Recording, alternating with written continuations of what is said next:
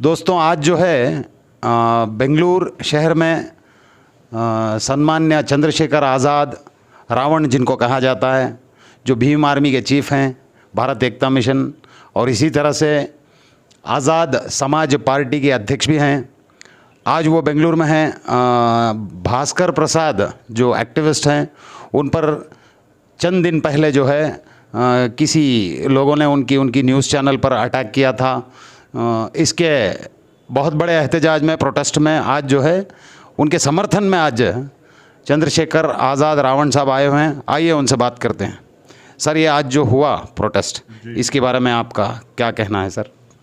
देखिए, आज जो प्रोटेस्ट था वो इसलिए था क्योंकि भास्कर प्रसाद जी जो हैं वो न्यूज़ 14 नाम से एक यूट्यूब चैनल चलाते हैं। बड़ा सवाल ये है कि इस देश का मेन स्ट्रीम मीडिया हमारे मुद्दों पे बात नहीं करता। बड़ी बड़ी घटनाएं आती हैं, उनको छिपा देता है, उन पे कोई चर्चा नहीं होती है। रेप होते हैं, हत्याएं होती हैं, अपमानित किया जाता है। तो बहुजन समाज के जो मुद्दे हैं वो जनता के बीच में नहीं आ पाते, तो हमारे लोगों को जानकारियाँ नहीं पहुँचती। लेकिन अब सोशल मीडिया प्लेटफार्म की वजह से ये जानकारियाँ हमारे लोगों तक जा रही हैं, क्योंकि हर व्यक्ति के पास फ़ोन है। तो न्यूज़ 14 के नाम से वो अपना यूट्यूब चैनल चलाते हैं और ये आरएसएस और बीजेपी के लोगों को बर्दाश्त नहीं हो रहा है। उन्होंने कुछ दिन पहले उन पर हमला किया और उस हमले में के जो आरोपी अभी तक वो गिरफ्तार नहीं हुए। लगातार उनको धमकियां मिल रही, कोई पुलिस प्रोटेक्शन भी नहीं मिला। तो आज हम लोगों यहाँ एक धरना रखा गया था, एक आंदोलन, वो उनके समर्थन में था और जिन लोगों ने उनके चैनल पे हमला किया था उनकी गिरफ्तारी की मांग के लिए था। मैं उसी में सम्मिलित होने आया था और मैं ये बताने के लिए आया था कि पहले ही कर्नाटक में बहुत सारे इस तरह के एक्टिविस्टों पे हमले हुए हैं, जैसे जिनमें कुलबर्गी है, जिनमें गौरी लंकेश जी हैं, जिसमें पानसोरे जी हैं, जिसमें दाभोलकर साहब हैं, और अभी 2-3 दिन पहले ही जय भगवान जी के साथ भी, हाँ, केस भगवान के साथ भी ऐसा ही जो है एक इंसिडेंट हुआ था।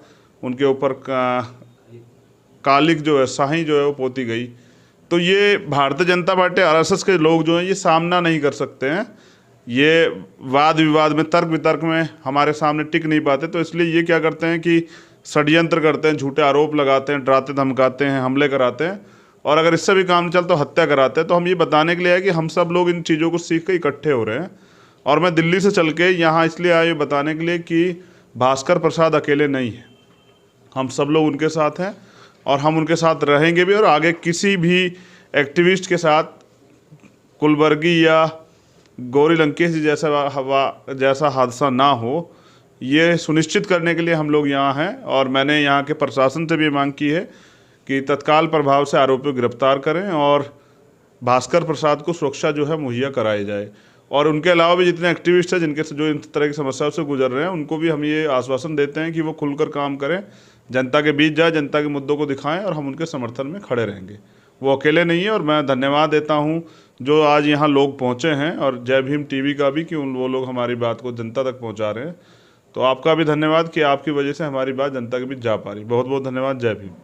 अभी जेडपी टीपी इलेक्शन आता है सर जी, बेंगलुरु में बीबीएमपी, एएसपी का स्टैंड का पॉलिटिकल स्टैंड क्या है? देखिए, एएसपी के पॉलिटिकल स्टैंड के बारे में यहाँ के जो हमारे भीम आर्मी के स्टेट प्रेसिडेंट हैं और यहाँ की जो टीम है, वो जो भी तय करेगी उसी पे हम लोग काम करें, क्योंकि वो हमारे लीडर्स हैं यहाँ, वो जनता के बीच जाके काम करते हैं। तो हम कुछ भी थोपना नहीं चाहते। जहाँ उनको लगता है कि अच्छा वो काम कर सकते हैं वो करेंगे।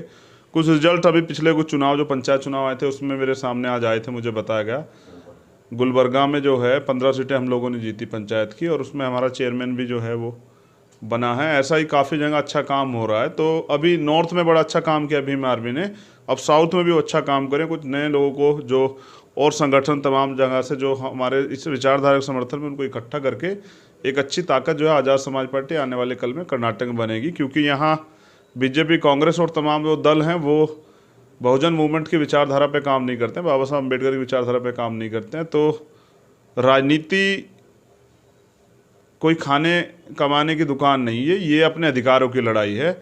और इस देश में अपने अधिकारों को हम लोग सुरक्षित रखना चाहते हैं। इसलिए हम लोग ये उम्मीद करते हैं कि जो लोग अच्छा काम करना चाहते हैं या जो मूवमेंट का काम करना चाहते हैं, बाबा साहब अम्बेडकर की कुर्बानियों से, काशीराम साहब और तमाम जो और नेता हुए हैं, उनकी कुर्बानियों को जाया नहीं जाने देना चाहते, उनको आके मिलकर साथ काम करना चाहिए।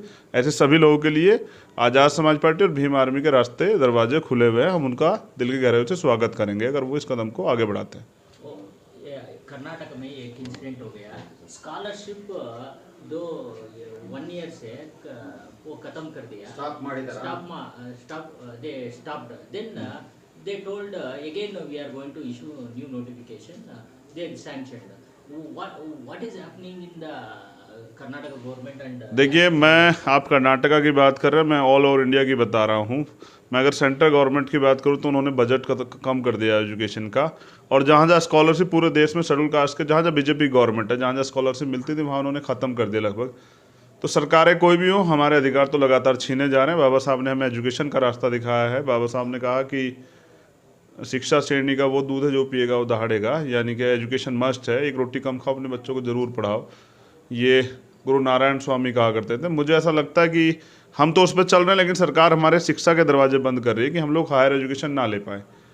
तो मुझे सरकारों से कुछ ज़्यादा उम्मीद नहीं, लेकिन मुझे अपने लोगों से भरोसा है कि उन्होंने पहले भी तमाम तरह की बाउंडेशन से निकल के अपने आप को साबित किया है, अब वो फिर काम करेंगे। और मैं जनता से अपील करता हूँ कि ये सरकारें जिस तरह से आपके अधिकार छीनने काम कर रही है, जनता को चाहिए कि वो एकजुट होकर सरकारों को गद्दी से बेदखल कर दे, क्योंकि ये सरकारें लोकतंत्र में इसलिए थी कि जनता की सेवा करती, लेकिन ये जनता के खून पसीने कमाई को हजम कर देना चाहती है और उनके जो रास्ते आगे बढ़ने को ख़त्म कर देना चाहती। मुझे कहने में कोई संकोच नहीं कि भाजपा की सरकार में schedule caste, schedule tribe, backward और माइनॉरिटी के लोग हैं तो हालात बहुत ख़राब है।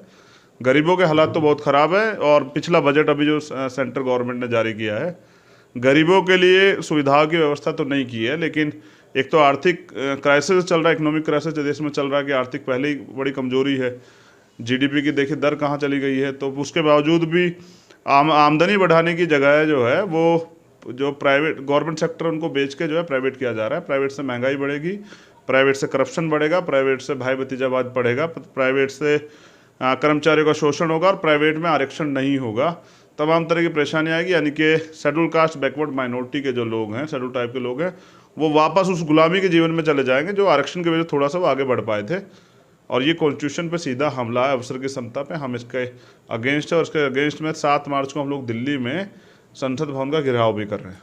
कर्नाटक में एक कौ स्लॉटर बिल लेके आ गया जी। अभी वो हमारा कर्नाटक में Kolar district famous for milk, so वो लोग वो डिलीवरी होने के बाद वो स्मॉल मेल चाइल्ड मेल को होता है ना सर, वो क्लैप वो हमारा फार्मर्स सेल करता है।